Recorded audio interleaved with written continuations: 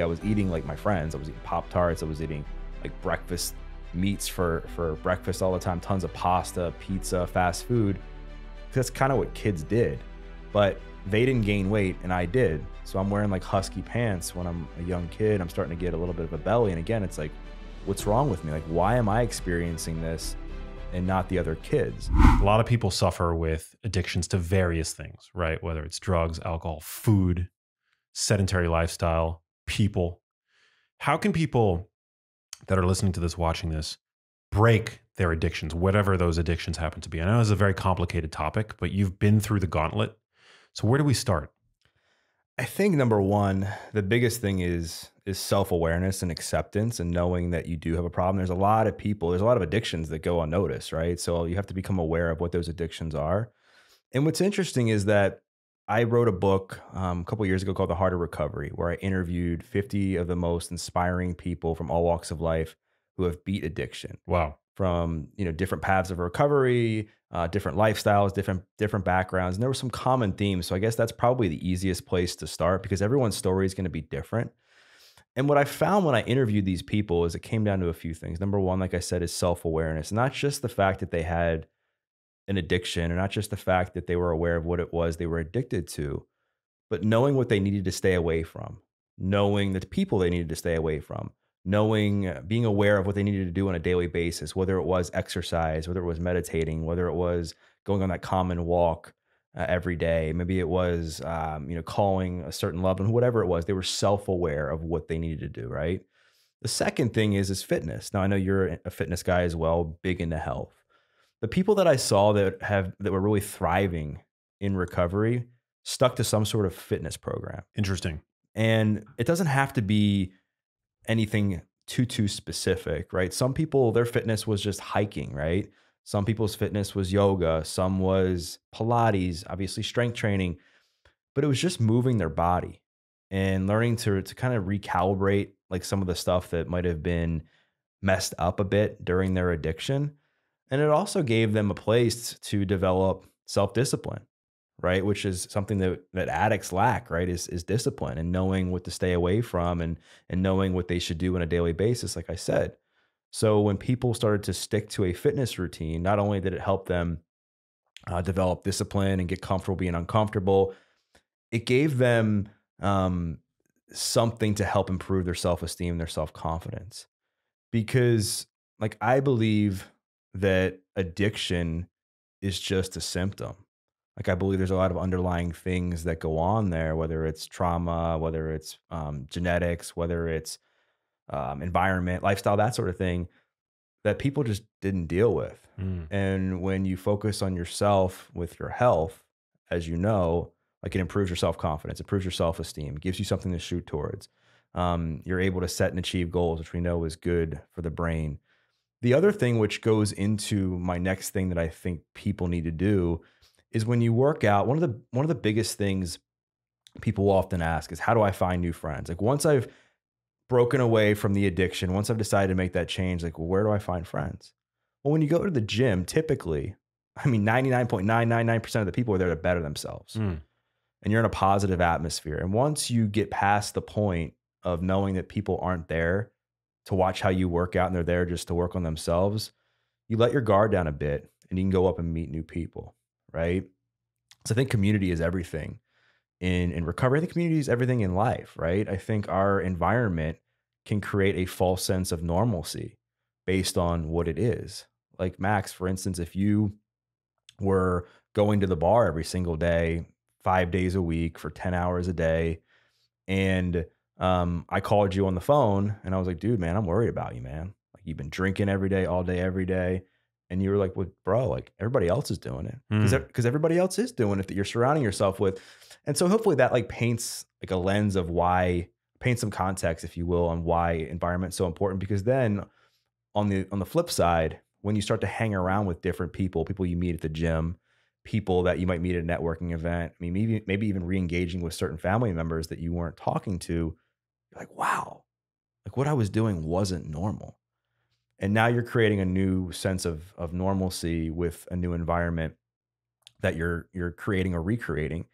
The other thing that I think is super powerful is the idea of spirituality. And when people hear spirituality, they think they have to believe in God, they have to go to church. And while I think that there's a place for that, I think there's so many levels of it. Spirituality could be just being of service, helping other people out. Spirituality could be just getting in nature and just connecting with yourself. Spirituality could be meditation. Spirituality could be a variety of things, right? It doesn't have to be this dogmatic thing that sometimes gets linked to when you throw out words like spirituality. But I think when you're of service and you help other people, it takes the problems that it takes the focus off the problems of yourself, and it puts it onto someone else, and you never feel bad about helping each other out, right? Yeah. And then I guess if there's one more thing I would have to say that to help people, really break free from addiction, it's being in the moment, man, Hmm. and focusing on how far you've come and not how far you have to go. And you see this a lot in the health space too, when people are trying to make like a health transformation. People are always worried about like, how am I going to lose the next 100 pounds? How am I going to put on the next 10 pounds of muscle? How am I going to eat, this much more protein or this many more vegetables, instead of focusing on like what they're doing now Yeah. and making small steps, towards that. It also like reframes the dialogue that you have with yourself, right? A lot of people like they stress about having to go to the gym, right? But I think that a unique twist to put a spin to put on that task is I get to go to the gym, for Right. example, or I get to eat this healthy, nourishing food. Not that I have to eat this healthy, nourishing food. So that's super important.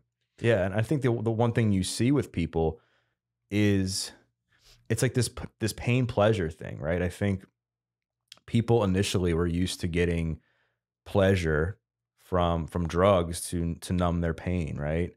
And that was creating more long-term problems. That was creating more long-term pain in their life, because that's just what drugs and addiction will eventually do to you. Hmm. But when they go to the gym, initially it's hard. Initially there's a lot of pushback. Like, man, I don't want to go today. I don't want to do it. This is hard. This is challenging. I'm tired.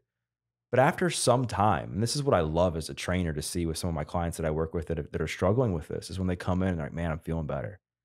Like, man, like I wanted to use today, but I don't anymore. Wow. And that to me just is very meaningful to me, not only because of my own personal backstory, but because I do believe that wellness, fitness, health is one of the most underutilized tools when it comes to recovering from addiction, no doubt. That's amazing.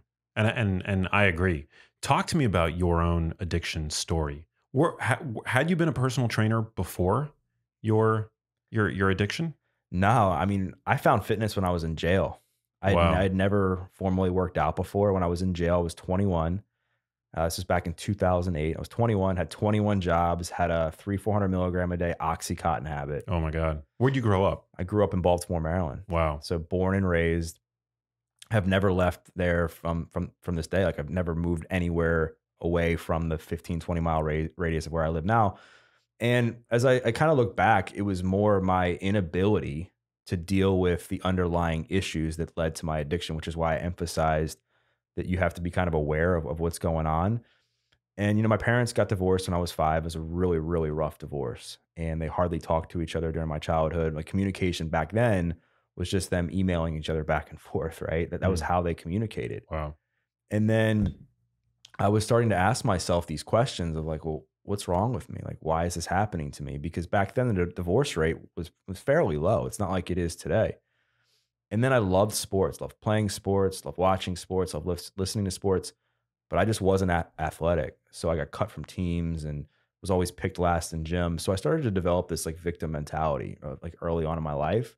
And then I never had a girlfriend in grade school. So I was always like dealing with that, and I was bullied and I was picked on. And so I was looking for a way to escape, man. And I think initially it came with food, because I mean, frankly, I was eating like my friends. I was eating Pop-Tarts. I was eating like breakfast meats for breakfast all the time, tons of pasta, pizza, fast food. 'Cause that's kind of what kids did. But they didn't gain weight and I did. So I'm wearing like husky pants when I'm a young kid. I'm starting to get a little bit of a belly. And again, it's like, what's wrong with me? Like, why am I experiencing this and not the other kids? And then eventually the big moment for me that led to my addiction was starting to smoke pot. And I want to say, this is 2022 and a lot's changed in the world of pot. And I'm not a pot demon, right? I don't want to demonize pot. That's not me. I'm not the pot police. But what I will say is this: I never thought in a million years that the first hit I took off of that marijuana pipe would eventually lead me to being incarcerated on felony drug charges. Like nobody does, right? And I also want to say that I always like, and when people are asking me for advice on certain things when it comes to pot, I'm always like, again, I'm not the pot police, but just ask yourself like why you're doing it. Mm. Because for me, I was doing it to hide. So I took that first hit, and I finally felt like I could be at peace with who I was. I felt this massive monkey come off my back, and I had to worry about my parents' relationship. I had to worry if I was gonna get rejected by a girl. I didn't have to worry about sports, like nothing. It was all gone. But it's not that the weeds solve those problems. It's just that it numbed you It numbed me, and to the I problems. got addicted to the numbing, Wow. and it just escalated fairly quick as a young teenager. Started to smoke every day, and then when you're making $5, $6, $7 an hour, whatever I was at a basic job, can't afford a daily pot habit. So I started to sell a little bit on the side to start to smoke for free. And then that quickly escalated. And my mom busted me on my 16th birthday, like weighing out some pot for a neighbor of mine, and kicked me out of her house, Wow. sent to my dad's house to live with him full time, which she knew that I didn't have a good relationship with my dad. And I just felt so betrayed. I felt like abandoned and everything you can possibly imagine. And while, I mean, I was so angry, and looking back, I mean, she did the best with which she had, and they thought that me leaving her house and changing schools, I changed high schools in 24 hours, different high school. Wow. They thought that that would like change my environment, or it would force me to stop doing drugs, but it just gave me a more of a reason to, because now I had all these other insecurities and all this other pain and everything that I had to manage, that I needed to manage it with pot. And so when I switched high schools, same thing. Barely graduated, because all my friends and I would do is ride around and smoke pot. And then after I graduated, I started to sell pot to make money, like picking up like pounds at a time. And um, also got into cocaine. And I remember doing a line of coke. And for anybody who's listening to this, who's ever done this, you'll understand what I mean. And especially if you ever had low self-esteem, when I did that first line of coke, I felt like I could conquer the world, Wow. because I felt so depressed. I was unconfident, no self-esteem. And then when you do coke, it gives you this euphoric rush. The problem was I got addicted to that too. Started doing that every day, and then ended up eventually doing like roughly an 8 ball a day. And What is that, just for people who aren't so an familiar 8 with the ball is vernacular? like 3.5 grams. Wow. So an 8 ball of coke might cost, I mean, gosh, I'm dating myself, might cost like $150 or something like that. Hmm. Back then. It cost between $100 and $200, something like that, depending on who you were getting it from. And the bigger problem was I was a kid who struggled with anxiety. So coke and anxiety go about as well together as a kid trying to lose weight and eat pizza. Like it's just, it's not a good formula. Yeah, I would think it would intensify Oh, anxiety. yeah. Yeah, it did. And so I started to get these massive panic attacks. So, but it makes you feel euphoric and on top of the world, while also making you feel anxious. Yeah, so what happened though was I've never tried it. Yeah. So that's why It makes you feel euphoric.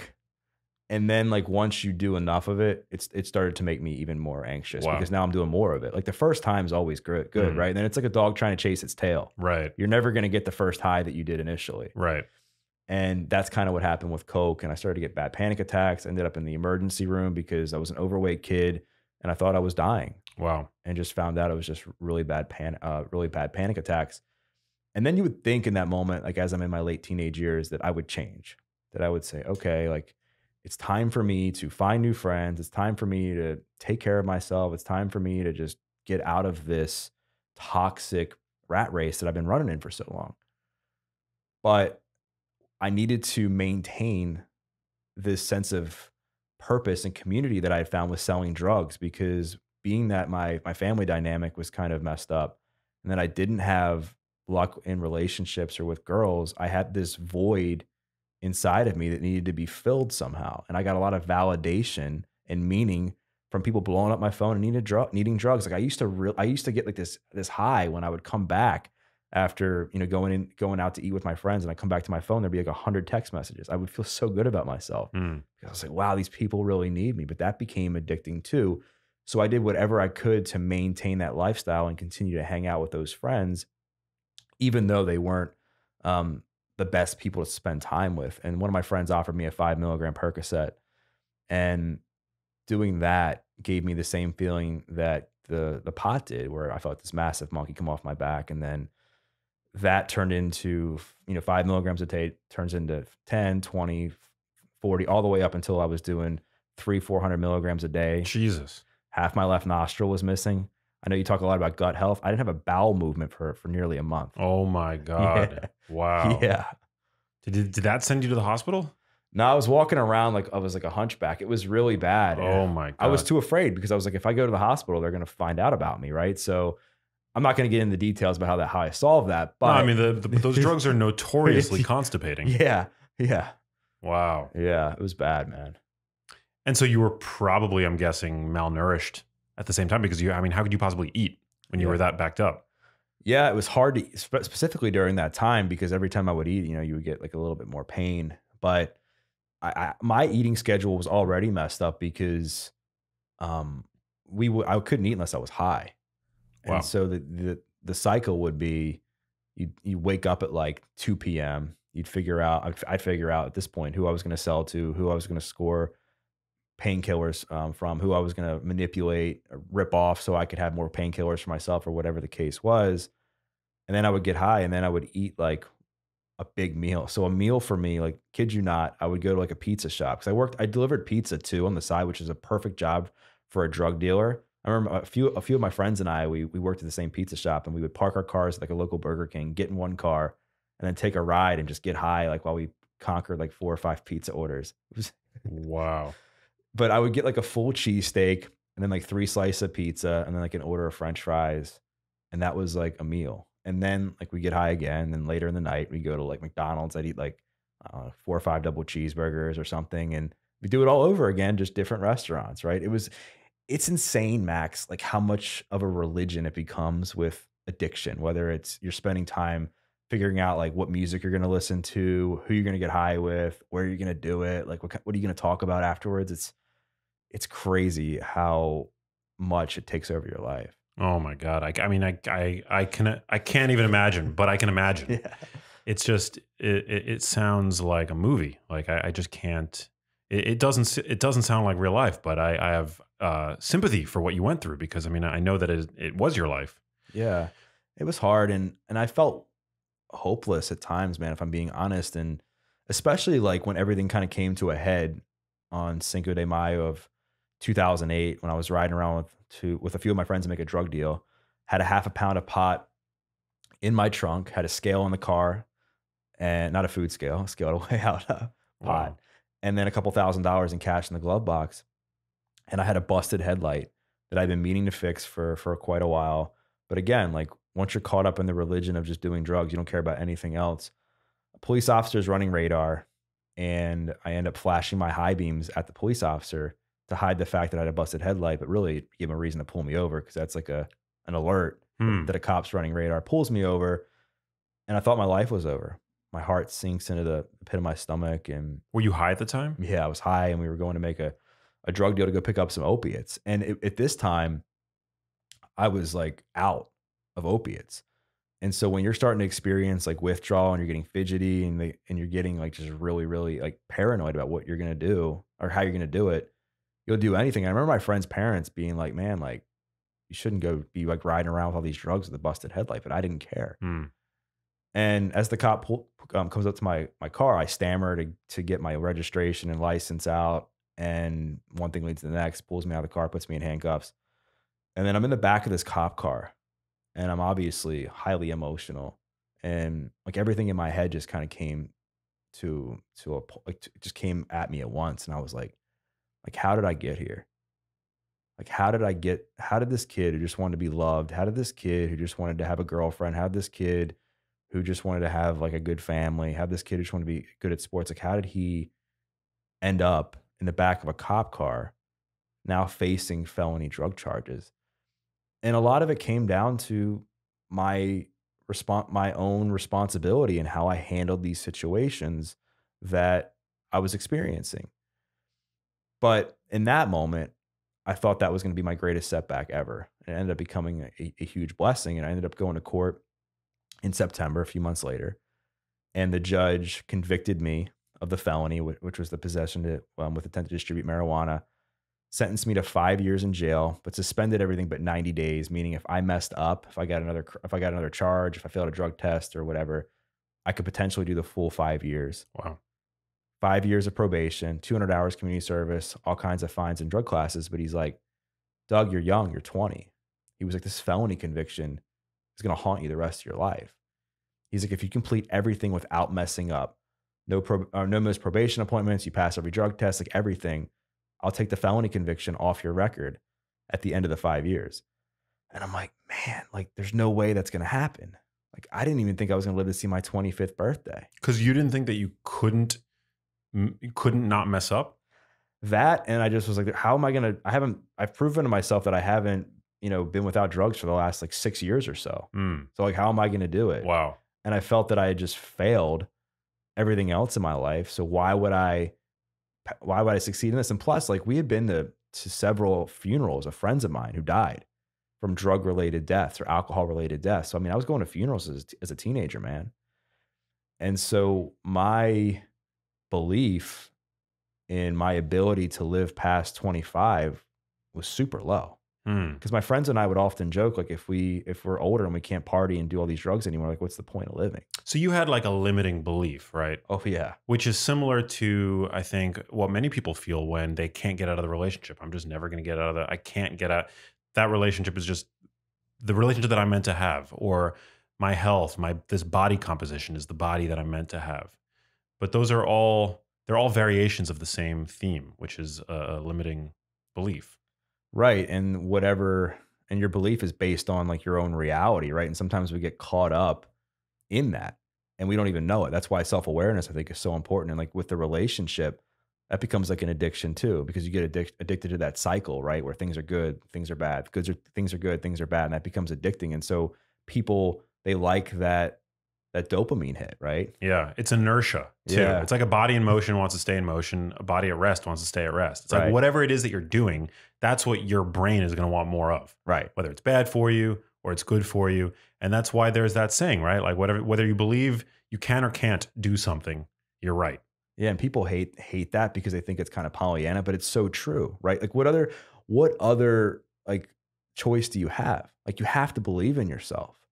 And that's a big part of recovery too, because when I went to jail, I detoxed cold turkey for the first 3 weeks I was in there of Oxycontin, which was like having the worst possible flu. How rapid does the withdrawal kick in after your last hit? I mean, it was within like 24 hours. Wow. So you couldn't go a day without No, using. no. As a matter of fact, I was almost late to jail, which would have violated my probation because I chose to spend my last moments with my friends doing a bunch of painkillers and ripping bong hits instead of with my family, like saying God. goodbye. Wow. And I walked through the gates of the detention center that I was at, just crying, obviously, for many reasons.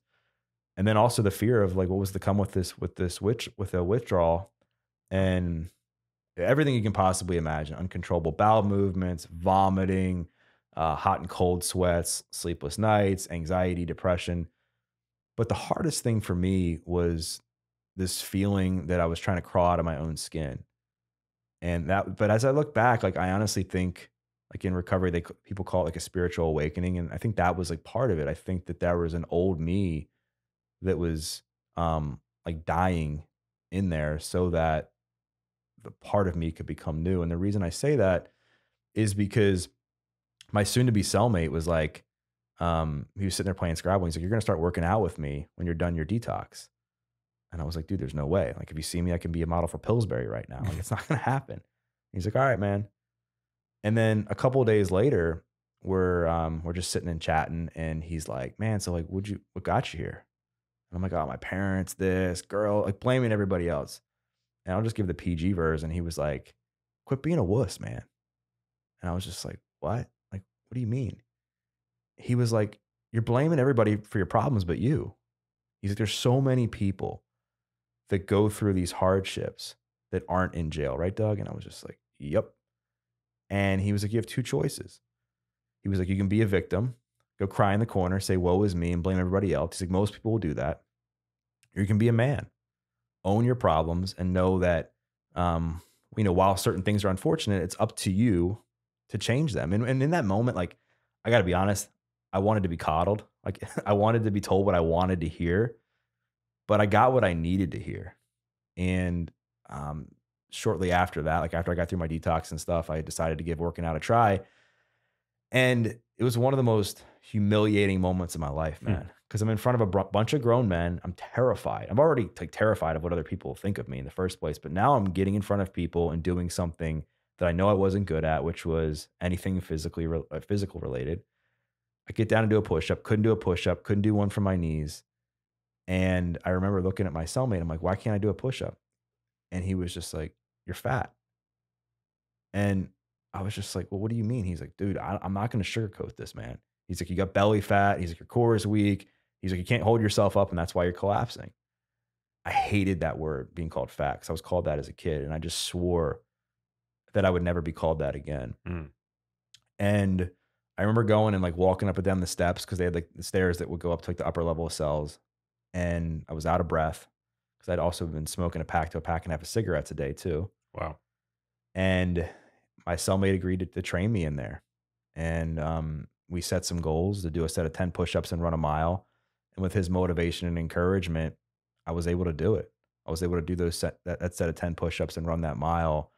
And I finally developed this sense of self-discipline that I needed. I finally got comfortable being uncomfortable. I finally like learned how to manage my emotions, man.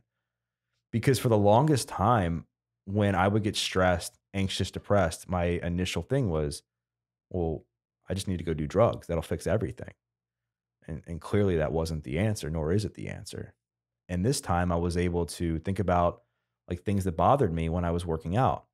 And one of the most pivotal moments for me was when, so my dad and I, our relationship's better than what it was, but we still don't have the best relationship. But back then it was much worse. He came to visit me with my brothers, and he was like, "You're going to rehab." And I was like, "No, I started working out. Like, I feel great. Like, I'm going to do this and just see where things like net out." And he just kept screaming at me. And I'm like, "Dad, like, I'm in jail. Like, what else do you want? Like how much worse do you want it for me? Like, I'm in jail. Like, it's not going to get much worse." And I hung up the phone on him, walked back into the common area of the jail. And I said to my cellmate, "Let's work out." And he was like, "What got into you? Like, this is the first time you've ever said anything like that to me." And I learned like how to use pain to your advantage. Like how to, I would think about like him doubting me. I would think about like girls rejecting me. I would think about even some of my own stuff when I was working out, when I was running. And it was like this, I don't know how to describe it, but it was like this self-healing way. It was like this self-healing like mechanism um, with using fitness to like redirect some of these negative emotions into something positive. And when I left jail, after I had this crazy awakening and decided that I was now motivated enough to change my life, I asked my cellmate, I was like, "How can I repay you?" And he said two things to me. He said, "Don't mess up and pay it forward." Now, I'd never read a personal development book my entire life until that point. I didn't know paying it forward. I was like, "What the heck's that mean?" And he gave me a workout plan that I still have framed in my place, so I never forget where I came from. Got out, stayed on the plan, lost a bunch of weight. And that's what inspired me to become a personal trainer and help Wow. other people use fitness to change their lives. You're paying it forward. Paying it forward. That's amazing. I got to ask, what are the diets like for people in prison? Because like you see these, at least in movies, Yeah. they're all super swole, right? But you can't imagine that they have access to protein shakes and the highest quality, animal protein. Yeah. So what is it? How are they able to achieve the physiques that at least the pop culture representation, very impressive? From what I saw, what pop culture shows isn't reality. Yes, there's definitely some fit people behind bars. Like my guy, I kind of describe him as like the more jacked version of Brad Pitt from Fight Club. Like he was The more jacked version than that. dude, he was jacked.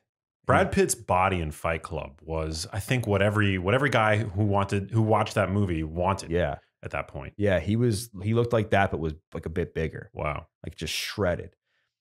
And I remember like initially, and this goes back to like focusing on how far you've come and how far you have to go with when changing my diet in jail, which talking to the guy, like I told you how I ate a few minutes ago, it was just simple steps that we took. Like he put me on a plan, and and if I messed up, he was like, all right, if you cheat on your diet, there's two things that are going to happen. One, I'm going to punch you in the stomach, or you're going to run like 3 miles or something. Tough love. Yeah. Damn. So I kept me very motivated because I was like, all right, if he punches me in the stomach, he's probably gonna break my ribs. And I wasn't at a point where I could run 3 miles in an efficient time. So I'd be running for like 4 hours, right? And so he would like, they used to give us like stacks of bread, at meals. So I wasn't allowed to eat the bread. Or I think there was like, if I remember correctly, there was some like religious stuff in jail where they couldn't serve like like red meat maybe. And so I think they gave us like different types of soy, like meat patties. It was disgusting. Weird. Yeah. But we would have like hard boiled eggs. They would give us like chicken on like rotisserie chicken on Sundays. Lunch alternated between these things called sweaty meat sandwiches, which is like this really nasty looking like soy bologna or something. And then peanut butter and jelly, which is like, of course, like the one that everybody knows, right? But there's also Wow. this thing called commissary, which is like the jail store. It's kind of like the school store for jail. Yeah. And you would get like a menu and you could order stuff. So I would get like tuna, and like you get like some like rice and stuff like that off a commissary. But yeah, it's pretty hard to eat well when you're in jail. I mean, I think the thing that helps most people out is the people who are really fit. They work out a lot. They also probably have great genetics. Yeah. I mean, testosterone probably like runs on average pretty high among that population, right? Yeah. It's probably what has led a lot of them to being there, right? That just like being overly fueled by testosterone. Yeah, testosterone. And I just think these guys, when they get in there, it keeps them like sane in a way, right? And also, keeps them away from, letting their anger get out of control or getting into fights and that sort of thing, because they're able to channel some of that hatred towards themselves and others into something powerful like fitness. But I think when with me, like I had thought about trying to change certain health patterns in my life, but I just never had the self-confidence to do it. I was like, well, what's the point of even trying to lose 50 pounds? Like, there's no way I'm gonna be able to do it. What's the point of trying to eat healthier? I'm never gonna be able to do it. Do you think that if you would have discovered fitness earlier in life, you would have taken a different path? It's hard to say. That's a great question. It's hard to say because I don't know if I was ready for it, because there were times where my dad specifically would try to get me to work out. And I don't think it had anything to do with addiction. I was like, this was before I got addicted to drugs, but I was never really into it. It's interesting because like when I was that age, what I wanted was big biceps and a hot girlfriend. Like that's what I wanted. And I thought that would give me happiness forever.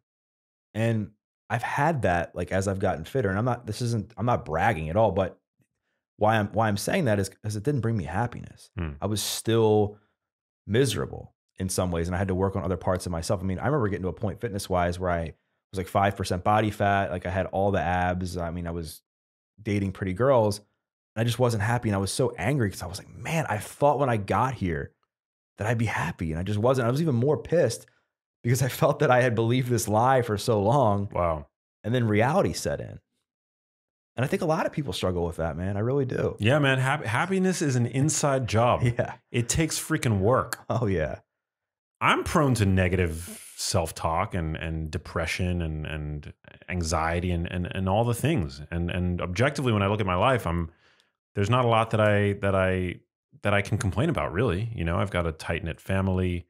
I live in a great city, a city that I love. My career is going seemingly pretty well. But you got to work at it every day. You got to work at it.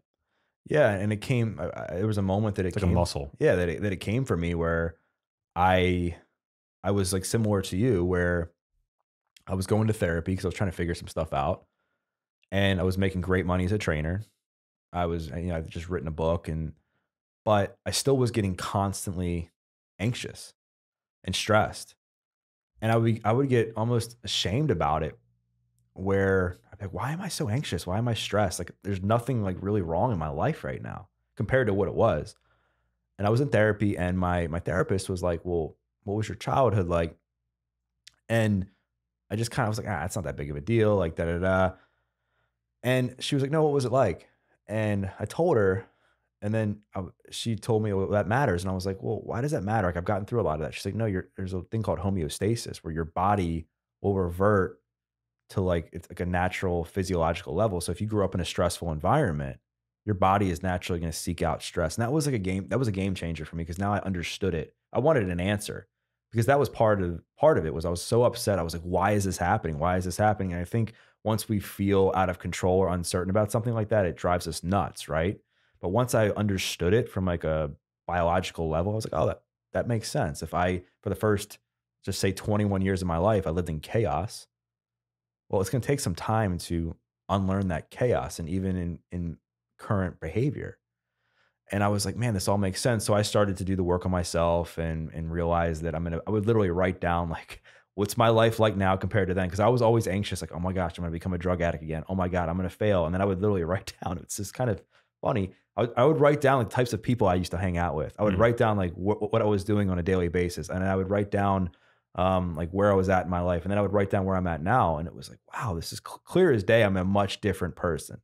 And that's what worked for me because I began to develop self-awareness around what my life was like now compared to then. And that helped me get past a lot of the stuff that I was dealing with in that moment. Wow.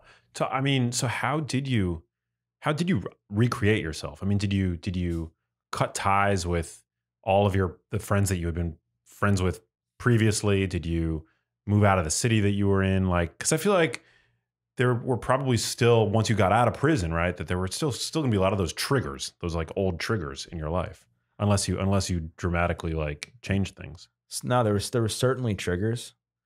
But I believe I got lucky when I was in jail that like I said, I learned to reattach like certain behaviors to different emotions. Hmm. And when life got hard in there, because clearly like jail's not easy, I had to learn how to manage it in a healthy way. Otherwise, you end up in solitary confinement, you end up with more time, you end up getting into a fight, like all these negative things that can happen. And I'd been in there for several months, so it became like I guess looking back now, maybe I rewired something in their particular activating system. That's what it's called. Yeah, what's I it? think. Yeah, Is that what it's called? I think so. I think whatever the neurological thing is, and I guess I'm just trying to think about what it's called now. It's like the home of like habits and things like that. Yeah. Interesting. That I learned to like rewire that part of my brain with different habits and behaviors based on my situation, right? And so when I got out, sure, I was stressed. Sure, I would have cravings here and there. But my first like thought wasn't like, I need to get high. I was like, well, where can I run? Mm. Where can I do some push-ups? Like, who can I call right now that maybe I respect or that cares about me, whether it was my grandparents or something. And I bring up my grandparents because when I got out, they helped create some stability for me. They took me in and they gave me some ground rules. They were like, you can live here rent free. We'll pay for your food. We'll pay for your gas. We'll pay for everything. But you have to have a job. You got to exercise. You got to take care of chores around the house. You got to behave yourself, like no drugs. Like it was this blend of tough love with real love that I needed in that moment. Like it was a tough love where they were like, listen, like if you don't respect our rules, you're out. And it was the real like unconditional love that they were like, listen, we're going to help you out. We know that you're in a hard situation, but you better be bringing us receipts for every like nickel and dime we give you. Wow. And it gave me this level of hope that I was like, wow, I have a nice little runway to run off of. I had to do the work still, but still that gave me like a good foundation to start from. And then I think fitness, and I don't know if you've experienced this in your own health journey, can be a great catalyst to change other behaviors in your life. So once I found the benefits of exercise and I was like, wow, like I'm feeling better about my health in this way, what I started to read changed. Like back then, I was reading like the Arnold Schwarzenegger Encyclopedia of Bodybuilding, right? That's like a classic. Love that. Yeah. Like men's health, muscle and fitness, and just reading more about how to eat healthy, how to, challenge yourself in the gym, that sort of thing, instead of. That's how I started out, reading all those rags. Yeah. Yeah. They're great. They were great. Yeah. They're inspiring. They're motivating. They print the same thing over and over and over again, right? Like not much changes, but for a young person just getting started, they're awesome. They're a great place to start. Yeah. My focus started to shift. And then I was like, all right, maybe I should start like looking into my nutrition on a more complex level, because before my main goal was just to like eliminate like processed food, stop eating fast food, stop eating the pizza, which by the way, I think is one of the most overlooked things I think in health and wellness now is like I see as a trainer, I see a lot of people, they start a diet for based on like a headline, right? Whether it's vegan, carnivore, pale, like you name it. Instead of like, well, let's just try to master the fundamentals. Let's cut out processed foods. Let's drink more water. Let's make sure I'm getting an adequate amount of protein. Let's make sure that I'm getting, enough fruits and vegetables, like the basics, right? Yeah. Was there any food in particular that was most difficult for you to cut out? Pasta. I loved pasta growing up, and I had this weird relationship with food when I was in jail because I would ask my cellmate, I was like, well, am I allowed to eat pasta? And he's like, oh, you want to be fat? Or you want to be fit? Like he would be like, but he also knew that I didn't have any self-control at that time. And a lot of addicts were all or nothing. We're either all in or all out, right? You see that a lot. And one of the other things that he helped me with when I was in there was the importance of patience and focusing on the long game. Because I would always ask him, like, man, how long is it going to take me for me to lose this weight?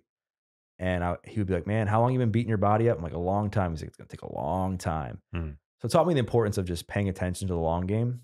So, when I got out, like I said, I had started to eliminate processed foods. I wasn't eating fast food. And I don't know if you've experienced this or anybody listening, but when I would go and like try to eat fast food, if I was out with my friends one night, like months later, I would get sick. Like, Mm. I would throw up and not just because my body just wasn't used to it anymore. And it was almost like deflecting it. And I was like, man, this stuff's poison. So that inspired me. I haven't touched fast food like that in a long, long time.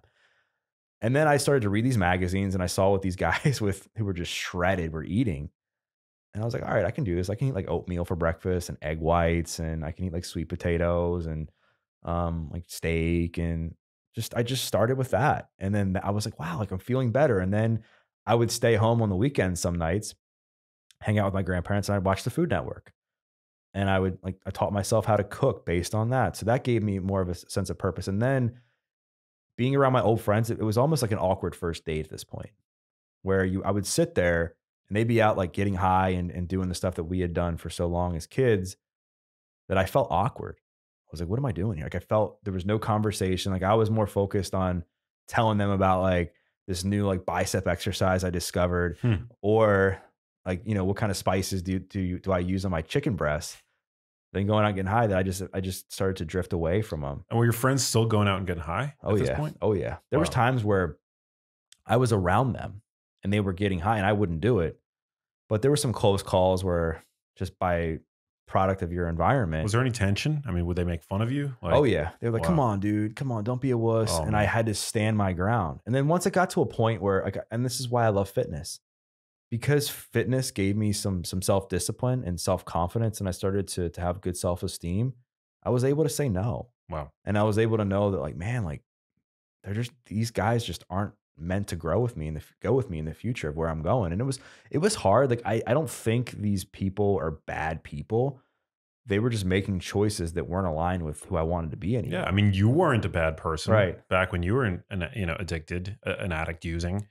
You were just caught you were stuck. Right. Yeah. Yeah. And then that just inspired me to do other things, like go back to college. I ended up getting my 2-year degree, and then like finding more of a sense of a purpose with training. Like when I got, certified as a trainer to help people. And then with that, I found this new high of helping other people. Like I said, being of service, I think is really important. Use their fitness or achieve their fitness goals.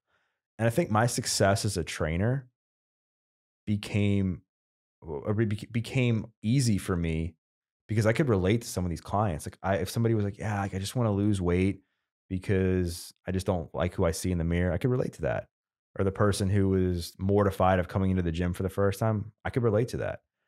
And I can go on and on with these examples of why people want to get fit, but I could relate to most people because I had experienced that level of pain as well. So people felt comfortable like sharing stuff and getting really real and raw and emotional when it came to why they wanted to achieve their health goals. And I was able to help them tap into that.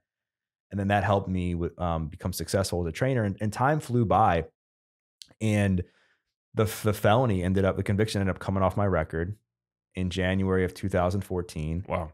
because I had completed all the stipulations the judge gave me. I didn't mess up.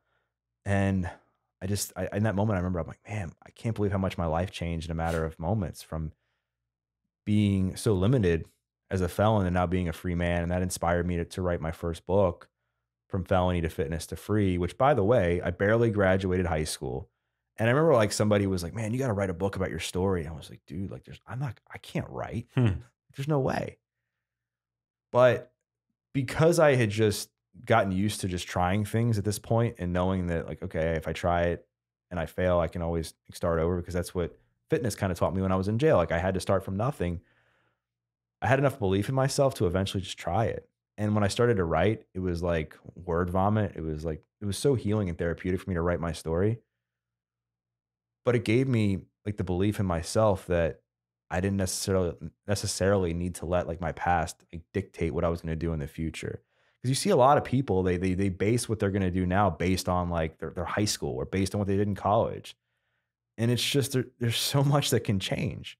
Yeah. I like to say you don't know your past shit. Right. You don't know your past anything. Right. I mean, just think about the cell turnover in your body. You're a new person 1 minute to the next.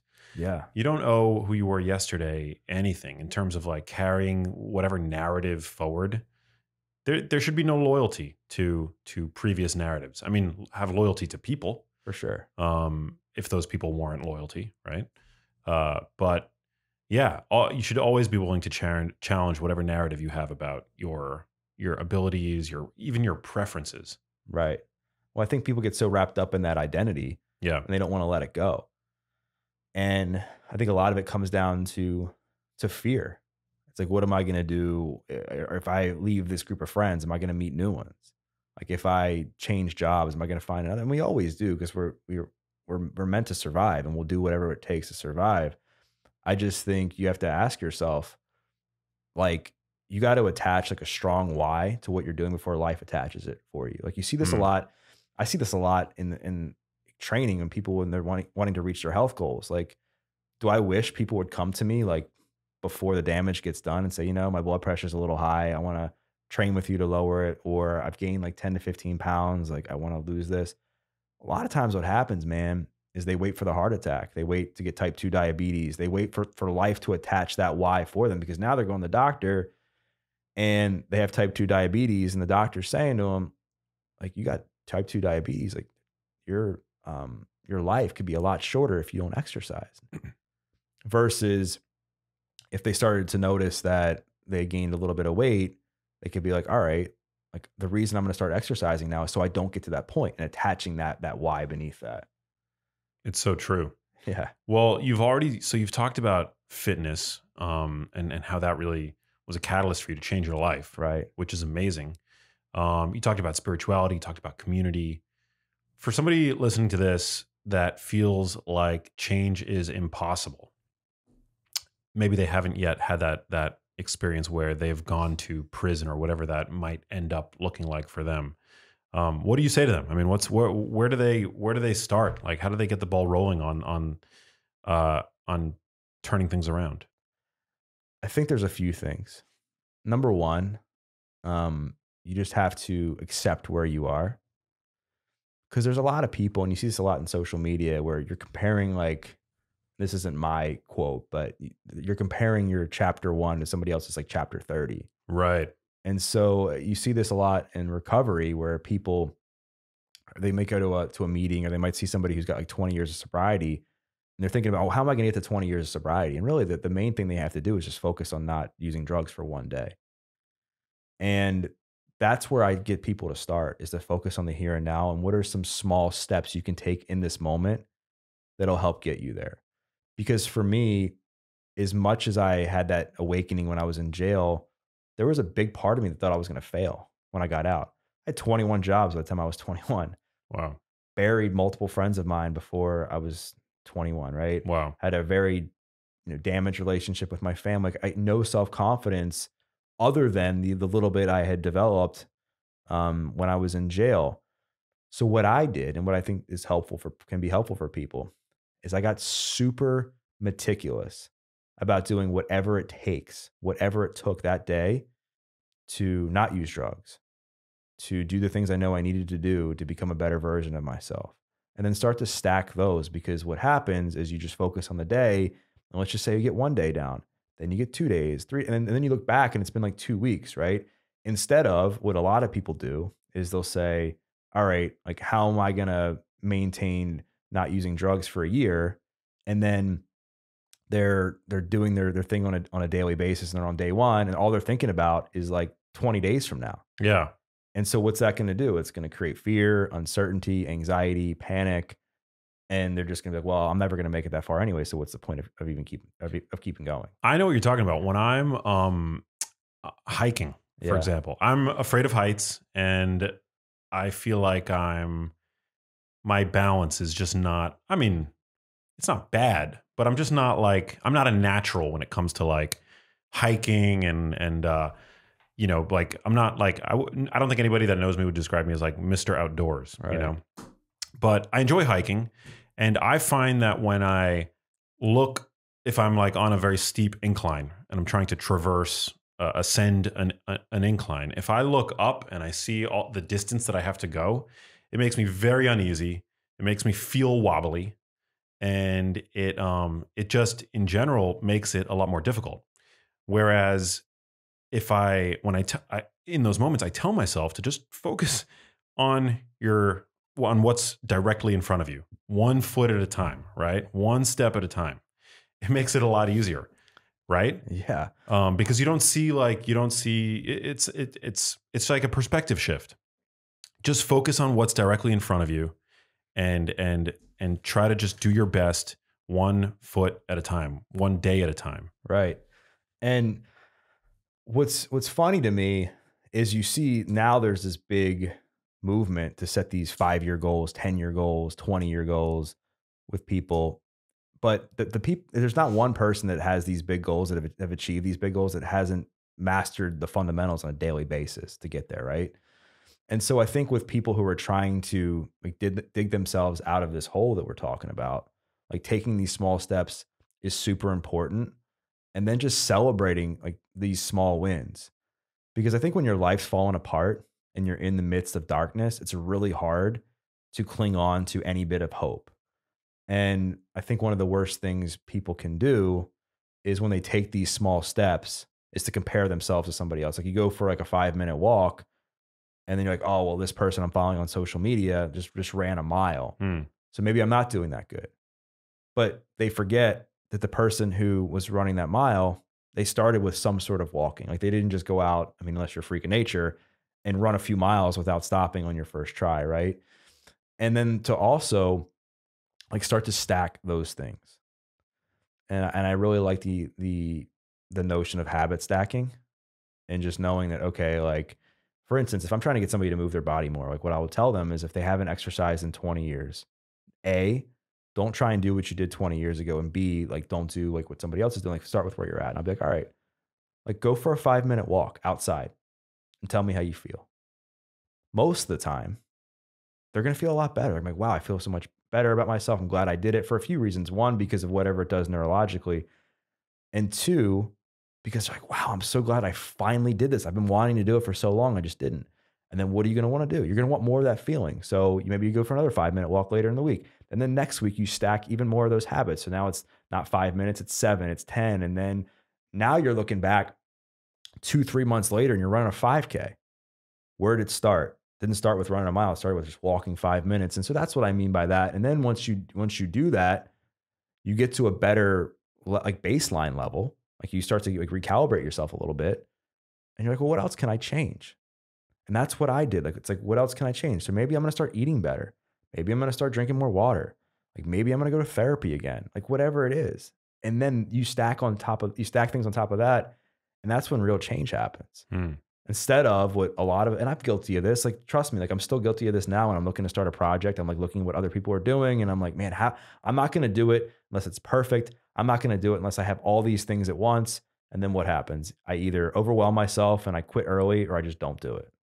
Yeah, you let perfect be the enemy of the good. Right. I love that saying, done is better than perfect. It is. Done is always going to be better than perfect. Perfect doesn't exist. Right. And in fact, it's imperfection that makes us who we are. Yeah. And it's what makes, I think, life wonderful. There's that great Stephen Hawking quote that I love: without imperfection, neither you nor I would exist. Right. Yeah, it's so true. And I was talking to a client of mine the other day about this, where there's a lot of people that are afraid to make a change because they're afraid of failure, right? They're afraid of putting themselves out there and changing something and failing. But what they don't understand, A, not making a conscious choice to change it, you're failing, right? Because you're not bettering yourself, right? Or you're not getting yourself out of whatever situation's bringing you down. B, like whenever you take that chance and say you do fail, it propels you to some other choice you're going to make to help get you back on the path eventually, right? Like you see that a lot with entrepreneurship, right? Entrepreneurship's a very like up and down roller coaster, right? But you try something, it doesn't work, but what does that lead you to? It leads you to something that does work, or maybe you meet a connection that you needed, or maybe you end up like learning a hard lesson that you needed to learn, or you maybe I can go on and on with these examples where putting yourself out there and taking a chance and betting on yourself is going to generate a lot more happiness and success for you long term than just staying stagnant and living with regret as you get older. Absolutely. Failure is life's greatest teacher. 100%, man. 100%. I mean, success is great, but you seldom, I mean, it seldom teaches you the way that failure does. And failure, especially repeated failure, I mean, it hones you. And it's a crucially important part of the process. Right. I mean, I think self-confidence in many cases isn't built at the top of the mountain. It's built like on the way up. Yeah. Like continuing to believe in yourself when you fall, or continuing to know that whatever choice you made, even though it didn't work out the way you wanted to, it was meant to happen for you so that it can lead you to the next thing that you're like moving towards to achieve whatever goal you're going after. Yeah. And I think a lot of people struggle with that.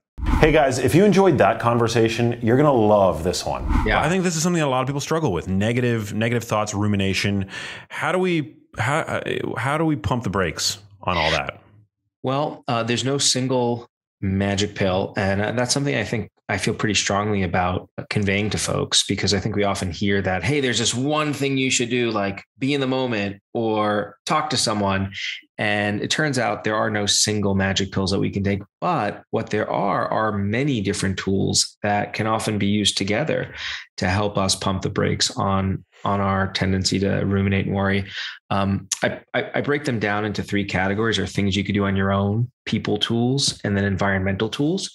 And within each of those buckets, there are lots of different strategies that exist.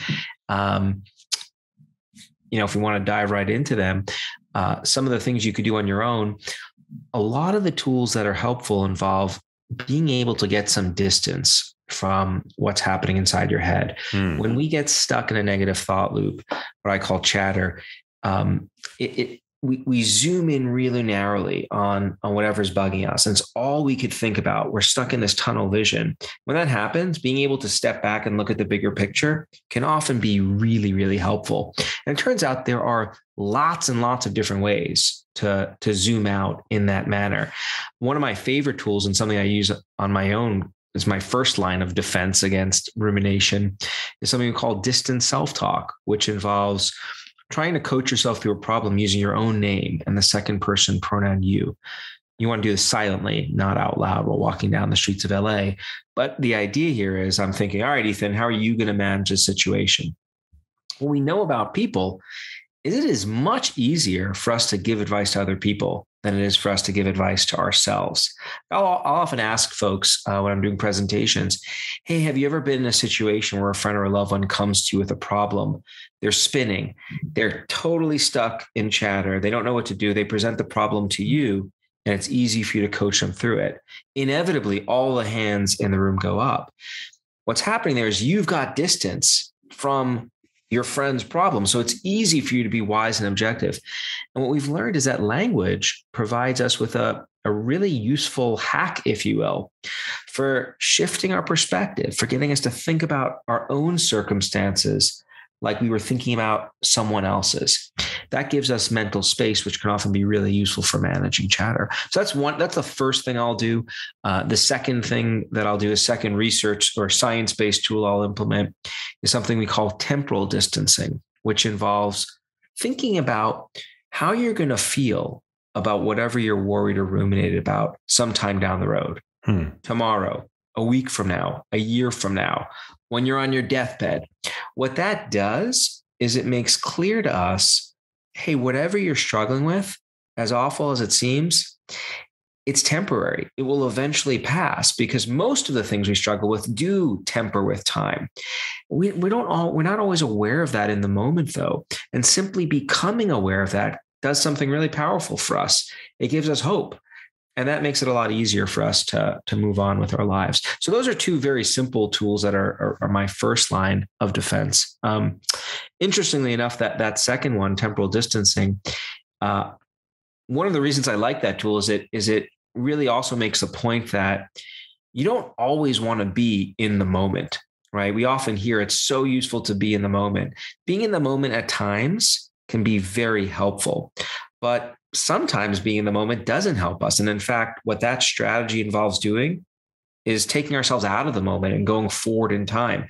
That ability to travel in time in our mind is a remarkable feat of evolution. Wow, that is super interesting and also really counterintuitive. Just to, throw my own experience into the mix. I've been seeing a therapist for the first time for the past 8 months. And one of the things that she teaches me is that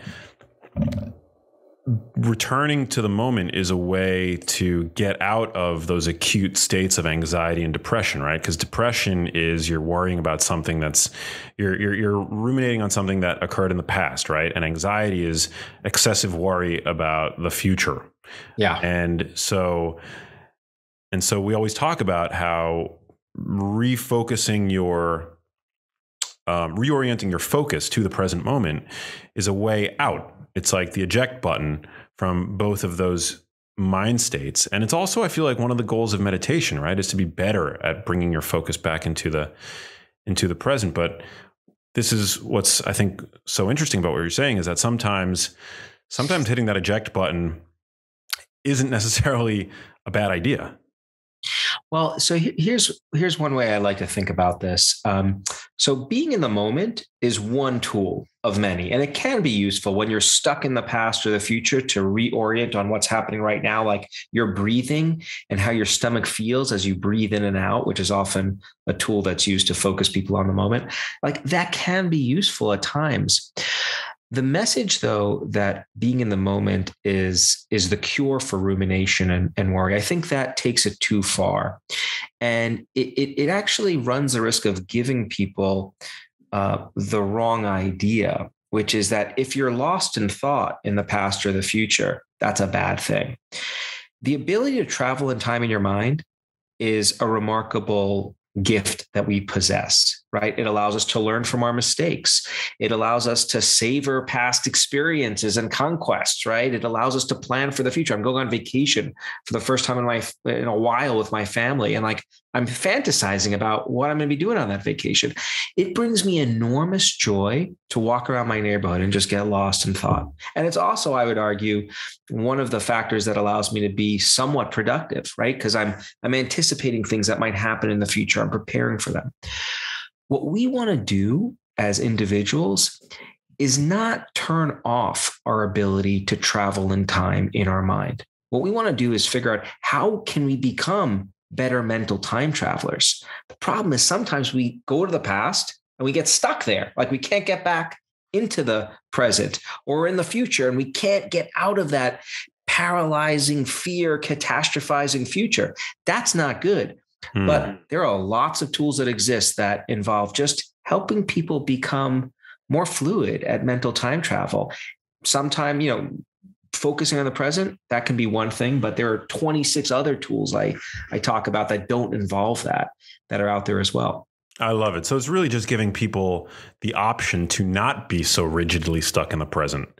Exactly. It not being so rigidly stuck in the present. Absolutely.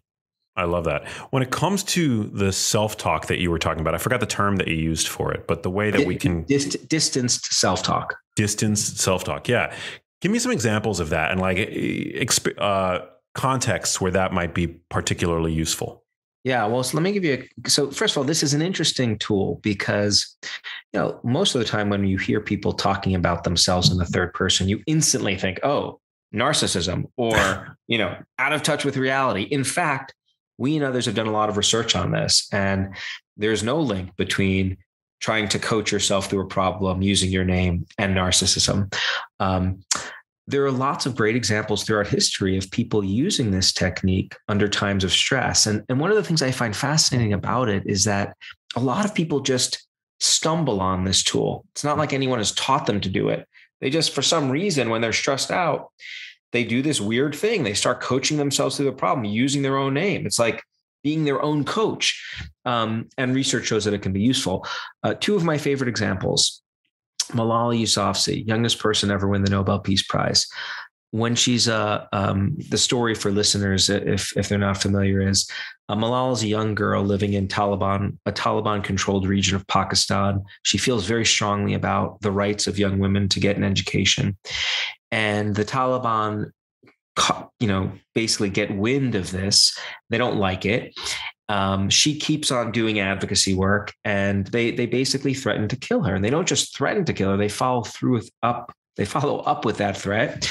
She's taking a bus home from school one day. An assassin boards a bus, shoots her in the face. She goes on to make a miraculous recovery and wins the Nobel Peace Prize for the advocacy work that she continues to do. And around the time she wins a prize, she goes on the Jon Stewart show. And he asked her a question that if I were with her, I would have asked her, which is like, you just find out that a well-organized terrorist group is plotting to assassinate you. What's going through your head? And she then recounts the story. And you could search for this on the internet, this clip. She says, I used to think to myself, what would I do if the Tali would come to get me? And then I would reply to myself, Malala, just take a shoe and hit him. But then I would say to myself, if you take a shoe, you would be no different than the Tali. So you must treat others with compassion. So what's striking about this example is she's contemplating the most stressful experience I think any of us can imagine. Someone coming to kill us. She starts off all in the first person, the way we normally reflect on our lives. I, me, my. And then the moment she gets to the most stressful part of that experience, she switches. She starts giving herself advice like she would be coaching her best friend. Malala, this is what you need to do. It's exactly the phenomenon that we see playing out in the lab. When you tell people to use their name to work through a problem, you find that they generate wiser solutions to the issues they're struggling with. They recognize the limits of their own knowledge. They take other people's perspectives, and they cope and perform better under stress. So that's one concrete example. One other quick one that's fun is actually from someone in your backdoor neighborhood. What's the expression here? I'm my neck of the woods. Your neck of the woods. It's late here on the East Coast. You'll have to forgive me. Your neck of the woods. LeBron James, when he's first deciding whether to stay with the Cleveland Cavaliers or move on to a different team about 10 years ago, he does an interview on ESPN, and he says to himself, and he says out loud during this interview, this was a really, really difficult emotional decision. LeBron James got to do what is best for LeBron James. So, the moment he says this is a difficult emotional decision that I'm grappling with, he then switches again to using his own name, putting him in this objectivity mode. So that's one really simple thing you can do. And one of the reasons I love that technique and why I use it myself is, like every 4 to 6 weeks, I'll wake up at 2 a.m. Don't know why, but it just happens. And I wake up eyes wide open. I've got some chatter when that happens. And I can use this technique, right? Like right in the heat of the moment when it doesn't take much effort. I don't have to spend 15 minutes repeating a mantra, though that can be useful too. It's just a simple thing to do to give us a little perspective. It's a lot different. I feel like that, when we're stuck in these times of worry, I think the self-talk that often results that often ensues is, what should I do? What should I do? What should I do? But reframing it to, what would Max do in this situation? It gets you to think a bit about the situation a little bit differently. Totally. I mean, just think about what happens if your best friend comes to you with a problem that they're catastrophizing and worrying about. If you're a good advisor for that friend, you're gonna coach them through the situation, as bad as it is. And often, sometimes, like, our friends come to us with really difficult, thorny situations, but we can still give them advice and coach them through. And I would argue that we often lack that ability to coach ourselves through our problems when we're struggling with worry and rumination. Rather than coming up with that game plan, it may not be the perfect game plan, but at least it's a game plan that you can test out. Rather than coming up with that, we're just spiraling in negative emotion. What if this happens? And then this happens. And oh my God. And, after about 60 seconds, it's remarkable. You go from just having this little seed of doubt planted to, either being dead or in jail, right? Like, that's how the mind works. That's how quickly we can catastrophize things. And, most of my best buddies who I talk to about, if I have some chatter, they're never doing that for me. There may be some people out there who might want to coach you into disarray, but I would argue that those are probably not the best people to talk to. So I love this though. Talk to yourself like the way that you talk to a friend. Exactly. It's so intuitive, and yet so few of us do talk to ourselves that way, right? Like, why, Dr. Cross, why is it so difficult for us to find empathy for ourselves? Well, I think you're tapping into that's a fantastic question. Let me respond to it in a few different ways. First of all, what I find fascinating is this fact that we often just stumble on tools that work for us. Sometimes we stumble on things that we think work, which actually don't. But this idea of coaching yourself by, like, talking to someone else, like giving yourself advice like you'd give a friend, there are records of people doing this throughout time. Julius Caesar wrote an entire book in the third person, recounting how he dealt with, wartime exploits. Many other people, like illustrious people throughout history, have done this as well. Up to Jennifer Lawrence, who was doing a New York Times interview a few years ago, got flustered and was like, "Jennifer, come on, get your act together. You can do this." Like, right during the interview, she's quoted. And so I find it fascinating as a scientist that we don't really know how people learn this, but it just kind of gets in there. And then some people keep on using it. And the value of talking about this with you and with others is it gives us the possibility to be deliberate about using these tools in our lives. So we don't have to wait to just figure out, oh yeah, that made us feel better, or do it without knowing it. The moment I find myself slipping into some worry, I immediately activate this tool. As to why we don't do it all the time, this is an example of when you get stuck in rumination, our immediate attempt is to focus really narrowly on what is happening to us. So we zoom in on the problem, right? Because that makes sense. It needs all of your attention. The problem is when we zoom in really narrowly on a problem, sometimes the emotion gets so intense that we get stuck thinking about that issue over and over again, and we can't break out to get the broader perspective. Wow. Very interesting. Yeah. Sometimes it is, you feel like you are stuck in a rut. I mean, that phrase exists, I think for a reason, because it's such a relatable sensation when you're caught in the fog of worry.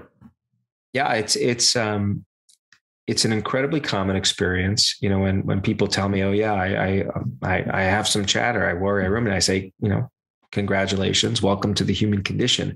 It's incredibly common. And it's also, I think, one of the big problems we face as a culture, because what we know about getting stuck in these negative thought loops is it makes it really hard for us to think and perform. So if you've ever had the experience of trying to read a couple of pages in a book when you're worried about something, you read the pages, but you don't remember anything once you're done. That's an example of how this can really sabotage us at work, right? Because you only have so much attention to focus at any given period of time. If all of your attention is on your worries and ruminations, it doesn't leave anything else over. to do the things we often want and need to do, like our jobs or being good listeners to our friends and loved ones. So it makes it hard to think and perform, creates friction in our relationships with others, damages our physical health. It's a huge issue. What are some of the more common types of negative self-talk? I'm not good enough. I'm not deserving. It can take many different forms, being self-critical, like you suck. I am terrible. I can't do this. Negative self-talk can also take the form of rehearsing things that you're angry about, like over and over about some other people, just not being able to let go of things that, like, if someone has, transgressed you in some way, you just replay over and over and over what that person said. And it keeps you lit up as a result. There's also a depressogenic inner monologue that we can engage in as well. So there are many, what we say to ourselves can vary quite a bit. The common theme, though, across these different harmful forms of self-talk is that we're getting stuck in a loop. We are repeating these things over and over, which over time is really troubling, because when we do that, that keeps those negative feelings active over long stretches of time in ways that can exert a wear and tear on our body and our health. Now, I do want to be clear. Experiencing negative thoughts is not a bad thing, right? There's a difference between experiencing a momentary blip of self-critique and continuing to rehearse that over and over again. I and many other scientists believe that we evolve the ability to experience negative emotions for a reason. You wouldn't want to actually live a life without the ability to experience anxiety, anger, sadness. They're all functional in small doses. So to give you an example, if I don't experience a little bit of anxiety before a big presentation, what happens is I don't prepare for that presentation, and then I don't do a good job at that presentation. So that anxiety is a signal that tells me, hey, time to get moving, buddy. Time to start preparing. Anger, like being transgressed, is really useful to know, hey, someone has just violated me or my space, and I need to decide now how to respond to prevent this from happening again. What makes those responses useful, though, is they happen and then they subside and you move on with your life. If you keep replaying things over and over in your head, that keeps those negative emotions active over longer periods of time. And that's what makes them harmful. I had an experience not too long ago with a neighbor where one of my good friends came over and he parked in a way that was, not, he wasn't using we'll just say he wasn't using all of his brain cells when he parked the way that he did. But nonetheless, my neighbor overreacted and she became incredibly vitriolic and hostile and was yelling at him. And then I came out to see what was going on, and she started yelling at me. And I've never really had an interaction with this person before in my life. I barely know anything about her. But that whole experience got me so heated and stressed out. And the way that she talked to me, and the way that I experienced her talking to my friend, who I'm very protective with my friends, I couldn't stop replaying that scene in my brain to the point that I didn't get any sleep the following night. And in reality, that experience impacted my life zero, right? Like there was no functional impact on my life that experience had. But nonetheless, it affected my sleep. I didn't get a wink of sleep that night. And we know that even on one night of poor sleep, your health is completely dysregulated the next day. And it really, it drove home everything that you're talking about. And I wish I had these tools back then when this experience occurred. Hey, if you like that video, you need to check out this one here, and I'll see you there. I teach a very simple technique called the 4-7-8 breath. You can find it on YouTube. I have seen miraculous changes in people from practicing this in terms of lowered blood pressure, improved digestion, improved circulation. All sorts of things. From a high level, what does that technique entail? You breathe in through your nose quietly to a count of 4, hold your breath for a count of 7, and blow air out through your mouth to a count of 8. And you do that 4 breath cycles. That's it.